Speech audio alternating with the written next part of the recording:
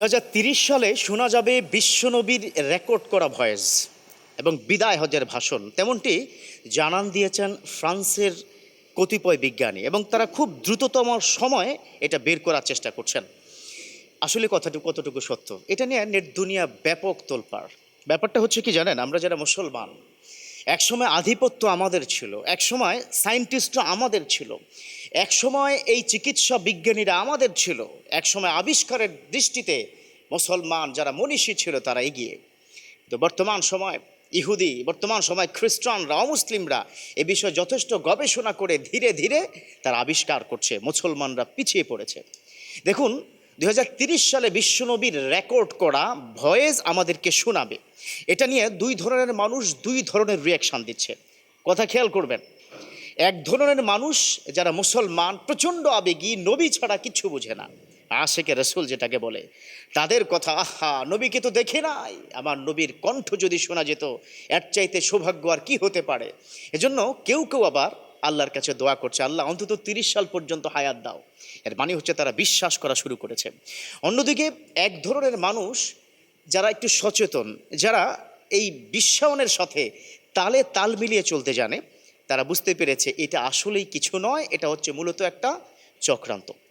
নিশ্চয়ই তোমরা যারা ইয়াং আছো তোমরা কি দেখেছো, মানে একটা ভিডিওতে মাথা আলাদা করে কি জানি ভিপিএন অথবা কি যেন একটা শব্দ কি ব্যবহার করে এ ধরনের, হ্যাঁ, ভিএনএস, ভিএমএস তারা ব্যবহার করে। এই ভিএমএস এর মাধ্যমে মাথা চেঞ্জ করে দেয়, অর্থাৎ কাজ করেছে একজন কিন্তু কণ্ঠ অথবা তার মাথা বা বডি অন্যরকম করে সেখানে প্রকাশ পায়। এটা সত্য। আপনার ফ্রান্সের যারা সায়েন্টিস্ট তারা প্রমাণ করেছে পৃথিবীর সকল মানুষের ভয়েস, কণ্ঠ, তার কথা, এগুলো আকাশে বাতাসে আপনার ইথারের মাধ্যমে থেকে যায়। এটা বিশ্ব থেকে অন্য কোনো গ্রহে যায় না। অর্থাৎ আল্লাহর পুরো সৃষ্টি জগতের শুরু থেকে এখন পর্যন্ত যত কথা আছে, যত শব্দ এসেছে, সব শব্দগুলো আকাশে আছে।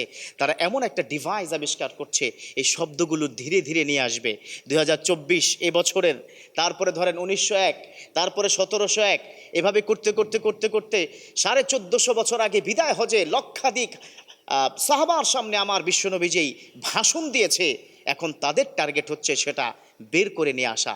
বাট এটা যারা মুসলমান সচেতন আছেন, you have to mind it, এটা মূলতই হচ্ছে মুসলমানদেরকে ধোঁকা দেওয়া। যেমন বাংলাদেশে ইসাই মুসলিম জামাত নামে এক ধরনের সংগঠন এসে ইতিমধ্যে প্রায় 1.5 লক্ষ পরিবারকে তারা খ্রিস্টান বানিয়েছে, মুসলমানের একটা ফ্লেভার সেখানে দিয়েছে। একইভাবে এই ফ্রান্সের যারা মানে ফ্রান্স কিন্তু পুরোটাই হচ্ছে খ্রিস্টান একটা দেশ, তারা মূলত ইসলামের চিরদিনের শত্রু। তারা অন্য কারো ভয়েস, আরবি ভয়েসকে তারা একটু বিকৃতি করে অথবা একটু সামান্য এডিট করে মানুষের মাঝে ছড়িয়ে দিবে ইমান ধ্বংস করার জন্য। অতএব আর যাই হোক, আমরা যারা মুসলমান আছে, আমরা যদি সচেতন থাকি, কোনো কুমন্ত্রণা, কুচক্র, ইহুদি অথবা নাসারাদের কোনো কথা আমাদের ইমান যাবে না। কথা বলুন ঠিক কিনা? ইমান শক্ত হতে হবে, কারণ সবচাইতে দামি সম্পদ হচ্ছে ইমান। ফ্রান্সের হোক না আমেরিকার হোক, যে দেশেরই হোক, আমার নবীর ভয়েস কখনো ব্যাক করে পুনরায় মানুষের কান পর্যন্ত পৌঁছানো কারো ক্ষমতা নাই। কথা বলুন ঠিক কিনা? অতএব আমরা যেন ইমান ঠিক রাখি, আমরা যেন নতুন নতুন কারো কথায়, কারো স্লোগানে গা ভাসিয়ে ইমানটাকে নষ্ট না করে আল্লাহ তৌফিক দান করুক, আমিন।